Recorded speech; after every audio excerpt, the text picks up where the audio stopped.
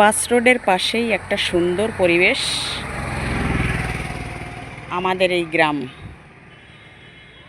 এই গ্রামটা অতি মনোরম দৃশ্য সব জায়গায় আছে। দেখো, ভীষণ ভালো একটা পরিবেশ তোমাদেরকে দেখাচ্ছি।